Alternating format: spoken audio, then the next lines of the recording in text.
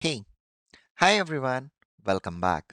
So, guys, as part of the previous session, we have seen a brief overview on an LLM. So, let us start with an overview on a RAG today.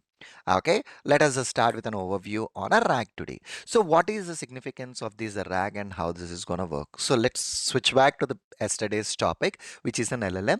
As said that the LLM is trained with a huge set of information. If some data is there in an LLM will give you the accurate response. Right.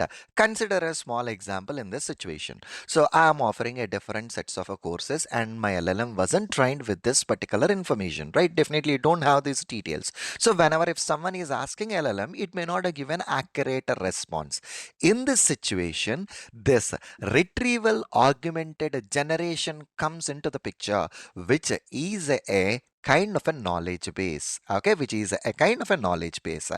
This RAG, okay, helps LLM to generate accurate responses. Okay, this RAG helps LLM to generate an accurate responses. How this is gonna work? The thing out over here is ideally the data is stored in a databases. Consider it's been stored in a vector database as part of an embedded information.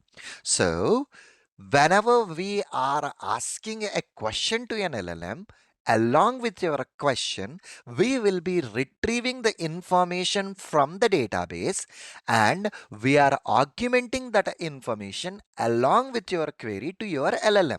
So what it will happen, LLM does has a complete details about the chunk whatever we are asking, and LLM will give you appropriate response for your questions. Ideally, this process allows the LLM to generate responses based on the specific information without needing to be fully retrained. This is all about an RAG, guys. So somewhere we can call it also as a knowledge basis also. Okay, perfectly all right. In the next session, we will be looking at with a different example. Thank you.